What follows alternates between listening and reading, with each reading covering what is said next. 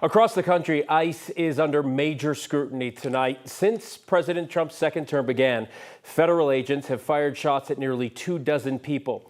6 of them, including 3 U.S. citizens, have been killed as a result. And now, an off-duty worker at the ICE facility in Aurora has been charged with several felonies for shooting at protesters.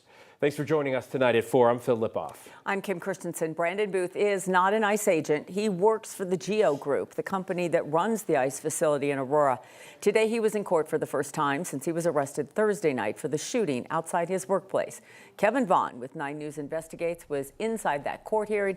Kevin, these are serious charges, but they fall short of what police were originally seeking. Yeah, Kim and Phil, when police first arrested Brandon Booth, they jailed him on suspicion of attempted second-degree murder. In fact, today, when the district attorney filed formal charges, the most serious charge is first-degree assault. This all unfolded last Thursday near the ICE processing center in Aurora. It's the scene of frequent protests. After a group of demonstrators called it a day, 2 of them were walking on a nearby street when they encountered several employees of the GEO Group. That's the company that operates this ICE facility. According to police, Emma Landis and a companion yelled at the workers. Then, as the 2 of them were walking away, Landis suffered a gunshot wound to the foot. And though prosecutors decided not to file an attempted murder charge, 9 News legal analyst Scott Robinson said the crime that Booth's accused of is still extremely serious. First-degree assault is a violent crime, and it has a sentence of 10 to 32 years. And the judge does not have to find aggravating circumstances to impose a longer sentence because it's part of the violent crime statute. The judge lowered Booth's bail today from $500,000 to $100,000. As of now, he remains in custody. He's due back for his next hearing on August 13th. Booth's attorneys left the court without commenting today. Emma Landis was here today as well with her family sitting in the front row in the courtroom. They left and decided not to comment either as they were headed out of the courthouse. Reporting live in Brighton, Kevin Vaughn, 9 News. Kevin, it'll be interesting to see if this goes to a trial, how a jury feels, because there's really strong emotions on both sides and strong opinions. Yeah, Kim, and Scott Robinson pointed something out, and that is this. If the jury were to convict this man of first-degree assault, he faces a minimum prison sentence of 10 years, and the judge can run that sentence all the way up to 32 years without finding any aggravating circumstances. So depending on what this jury does, assuming this goes to trial, he could be facing a serious prison sentence. Yeah, the stakes are high. All right, Kevin, thank you. New video obtained by 9 News Investigates show the moment that federal agents detained a traveler getting ready to board a Southwest flight at DIA. The video shows agents arresting the woman and taking her to a van on the tarmac. ICE said she was in the country with an expired visa. The person recording the video confronted ICE, shouted and cursed at them, and followed the agents off the jetway. Southwest told 9 News TSA and the Department of Homeland Security has all passenger information since they handle checkpoints. And agents must show appropriate legal docs before interactions with passengers at gates. We're going to have much more in this case and hear from the woman who took the video on 9 News at 5. Also this week, we are rolling out our exclusive 9 News investigation into a hidden network of flights moving ICE detainees from state to state. The full hour-long documentary is streaming now on 9 News Plus, and we will share a portion of the story coming up at 4:30 right here on 9 News. Traffic is moving once again in several places on the western slope after torrential rain caused flash flooding and mudslides. CDOT was able to reopen one eastbound lane off I-70 between Silt and Newcastle this morning. And Highway 145 in San Miguel Canyon is back open again, too, after clearing mud, boulders, and debris from the road. This comes as we're facing the threat of storms again tonight across Colorado. It is raining in places. Chief Weather Impacting Meteorologist Kathy Sabin is here because she's doing the happy dance over that. We We all are. Well, we've been talking about this, you guys, for weeks. And so to have that forecast ring true is great, but it's not going to come without some problems and travel impacts. The rain that's coming out of these clouds is heavy. It's torrential. It's going to cause street flooding and maybe mudslides. We're looking at dark clouds over Elizabeth where wind and lightning and heavy rain has moved through.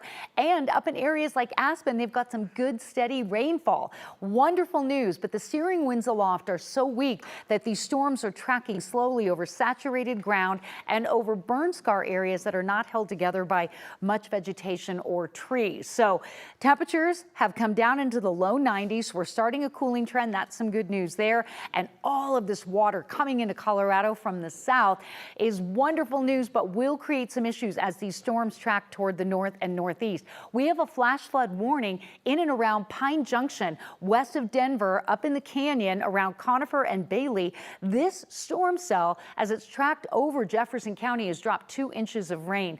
Now we've got showers coming into Highlands Ranch, Castle Pines North, Centennial, and Parker, along with a fair amount of lightning.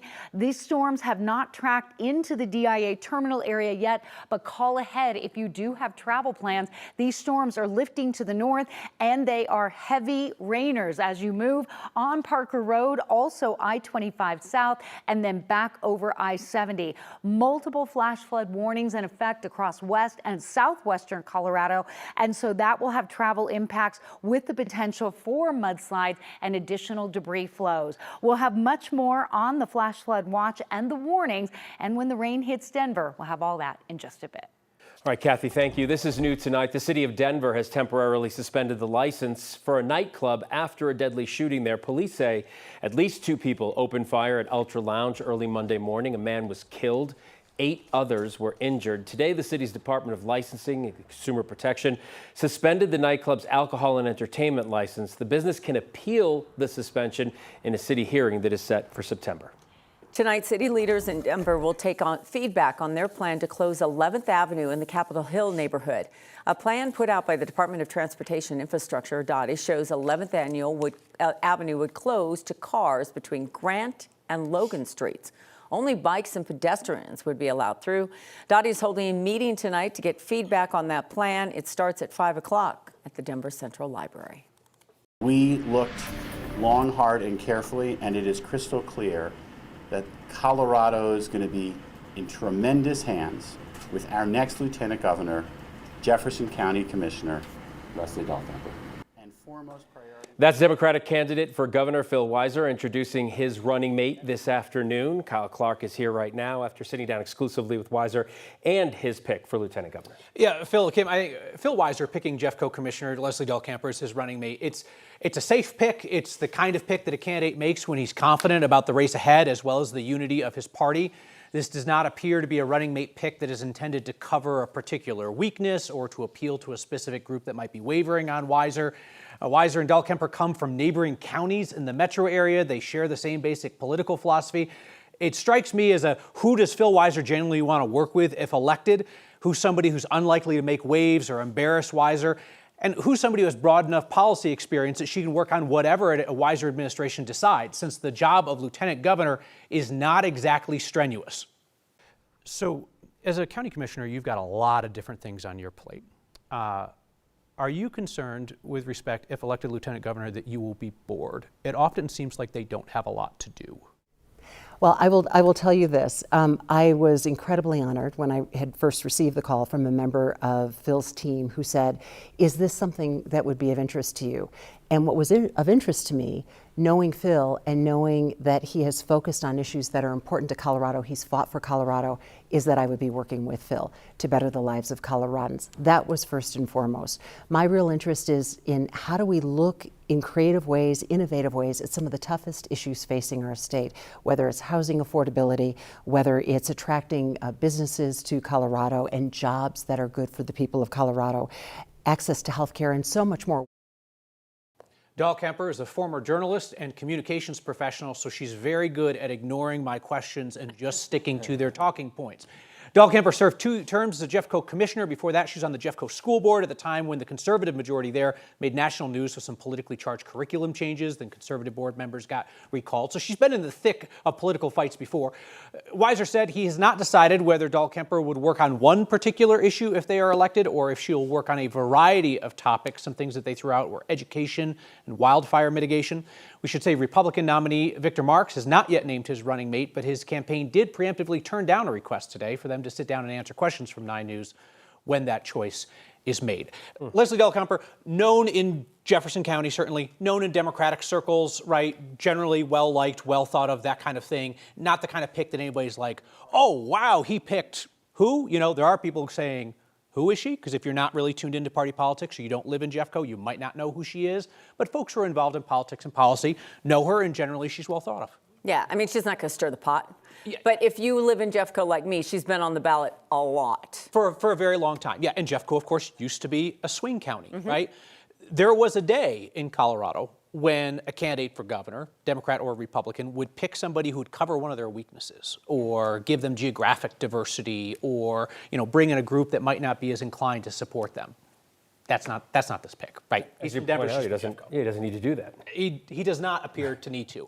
It's 6 o'clock. I will ask her about her history of going after Tabor, the Taxpayer Bill of Rights, and we will we'll also talk a little bit more about how they're going to work together if elected. And very interestingly, it appears the campaign is just going to ignore their Republican opponent, at least by the sounds of the interview today. Just ignore him like he doesn't even exist. That's one way to do it. That's a strategy. All right, Kyle, thanks. We'll be looking forward to next.